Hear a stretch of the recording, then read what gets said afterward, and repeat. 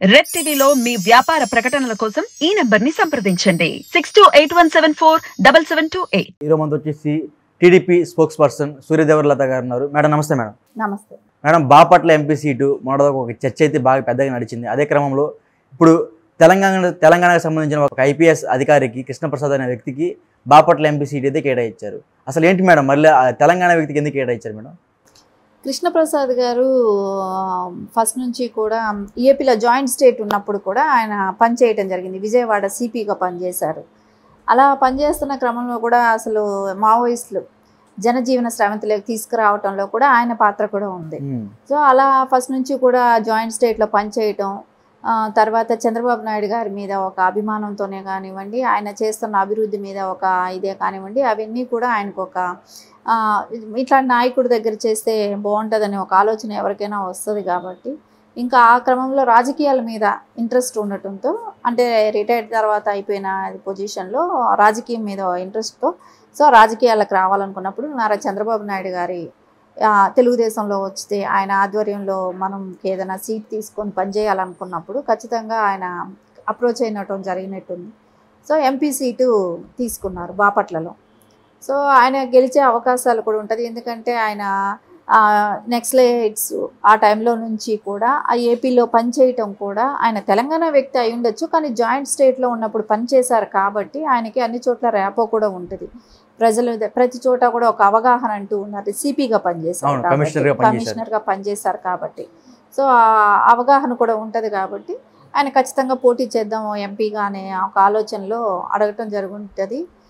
నారా చంద్రబాబు నాయుడు గారు కూడా అనౌన్స్ చేయటం జరిగింది. అంటే ప్రత్యర్థి పార్టీలు ఏమంటున్నారంటే మేడం, తెలంగాణ వ్యక్తికి ఎందుకు ఇవ్వాలి? ఆంధ్రాలో చాలా మంది ఎస్సీ క్యాండిడేట్లు ఉన్నారు, చాలా అనుభవజ్ఞులు చాలా మంది ఉన్నారు. తెలంగాణ వ్యక్తులు కాకుండా ఆంధ్ర వ్యక్తులకి ఇవ్వచ్చు కదా అంటున్నారు. దానికి మీరేమంటారు?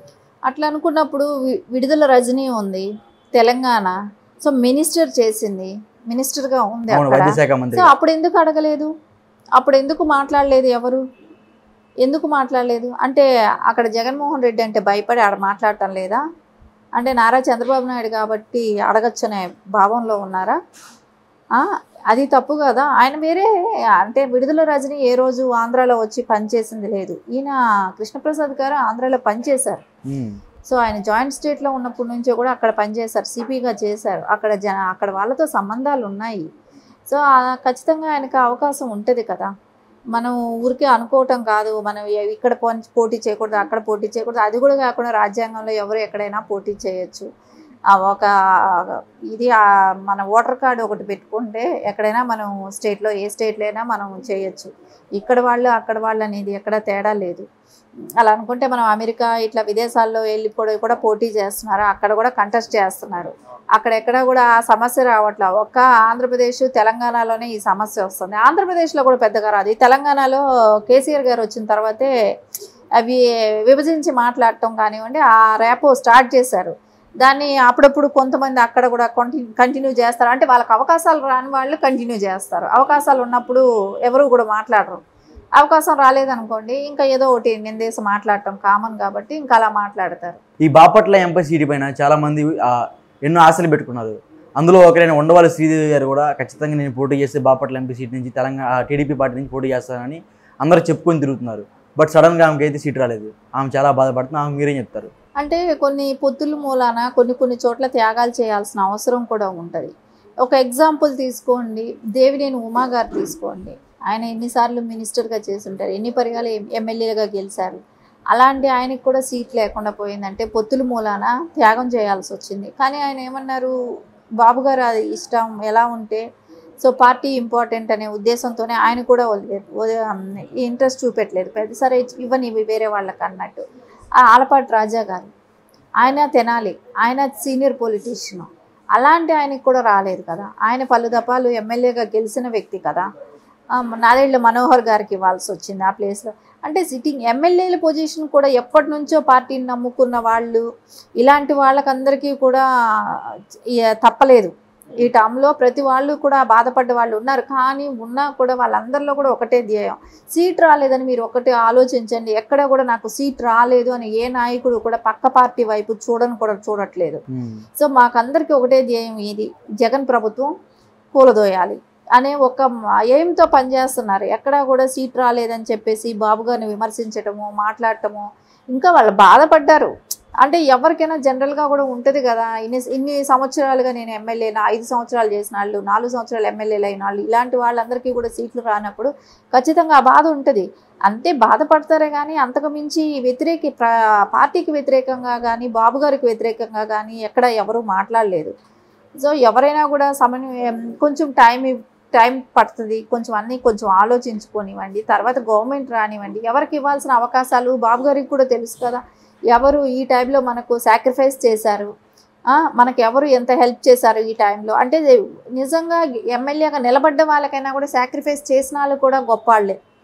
వాళ్ళకి గెలిచే ఆస్కారం ఉండి కూడా వాళ్ళు వేరే కోసం పార్టీలో పొత్తుల కోసం వదులుకున్నారంటే వాళ్ళందరూ కూడా నిజంగా గొప్పవాళ్లే.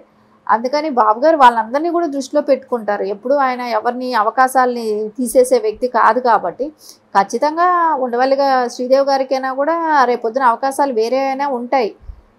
విమర్శించటం మూలాన మాట్లాడటం మూలాన ఏమీ జరిగిపోదు. కొంచెం ఏదైనా కొంచెం టైం పడుతుంది. ఖచ్చితంగా వాళ్ళకి కూడా బెనిఫిట్స్ ఉంటాయి. అంటే ఈరోజు మార్నింగ్ ఉండవల్లి శ్రీదేవి గారు ఒక ట్వీట్ అయితే చేశారు. వెన్నుపోటు రాజకీయం అంటే ఇప్పుడు నేను ఎప్పుడు వినలేదు, చూడలేదు, మొదటిసారిగా టీడీపీ పార్టీలో నేను చూసాను. దానికి మీరేం చెప్తారు? అంటే దానికన్నా ఎక్కువ చూసే వచ్చారు ఆవిడ. ఇక్కడ ఉన్న రోజులు తక్కువే, కానీ అవకాశం ఇప్పుడు చాలామందికి అదే కదా, పొత్తుల్లో భాగంగా చాలా చోట్ల అవకాశాలు రాలేదు. సో అందరూ వెయిట్ చేస్తున్నారు, పార్టీ అధికారంలోకి రావాలనే ఒక ఎయిమ్తో పనిచేస్తున్నారు. సో తనకి తెలియదు, తను వచ్చింది కొత్త పార్టీలో, అంటే రాజకీయంగా కూడా తనకు పెద్ద అనుభవం ఉన్న వ్యక్తి కూడా కాదు.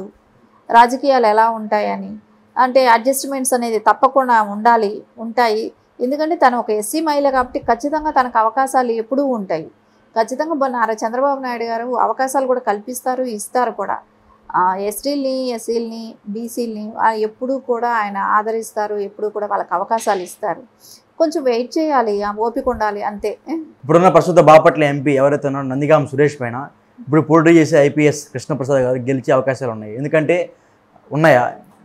అక్కడ ప్రస్తుత ఎంపీ ఎవరైతే ఉన్నారో బాపట్ల ఎంపీ నందిగామ సురేష్, అతను ఒక రౌడీ, జనాలను మభ్య పెట్టగలడు, అతను కులమతాలు చిచ్చు రెచ్చగొట్టగలడు. అలాంటి అతని పైన ఇప్పుడు మీరు పెట్టిన టీడీపీ అభ్యర్థి ఎవరైతే ఉన్నారో కృష్ణప్రసాద్ గారు, ఆయన గెలిచే అవకాశాలు ఉన్నాయా? ఖచ్చితంగా గెలిచే అవకాశాలు ఉంటాయి. ఎందుకంటే ఎప్పుడు కూడా పోలీసులకి రౌడీకి అగేనిస్ట్ ఆపోజిట్ ఎవరు తీసుకుంటే పోలీస్ ఉంటుంది కదా, అట్లా ఆ దృష్టితో చూసినా కానివ్వండి. అది కాకుండా ప్రభుత్వ వ్యతిరేక పనులు ఎక్కువ జరుగుతున్నాయి కాబట్టి మనం చూస్తున్నాం. డ్రగ్సే కానివ్వండి, డెవలప్మెంట్ లేకపోవటమే కానివ్వండి, రాజధాని ఇంకా కట్టకపోవటమే కానివ్వండి, పోలవరం కట్టకపోవటమే కానివ్వండి, రోడ్స్ వసతి లేకపోవటమే, ఇవన్నీ కూడా చూస్తున్న కొద్దీ మనకు ఖచ్చితంగా కూడా అనిపిస్తుంది కదా, ఎక్కడా కూడా అభివృద్ధి లేదు. రౌడీ నిలబడినా ఎవరు నిలబడినా కూడా ప్రజలు ఏం కోరుకుంటారు? అభివృద్ధి కోరుకుంటారు. అభివృద్ధి అనేది కంపల్సరీ కాబట్టి ఖచ్చితంగా తెలుగుదేశంకే పట్టం కడతారు. కూటమితో కలిసిన తెలుగుదేశమే గవర్నమెంట్ కూడా ఫామ్ చేస్తారు.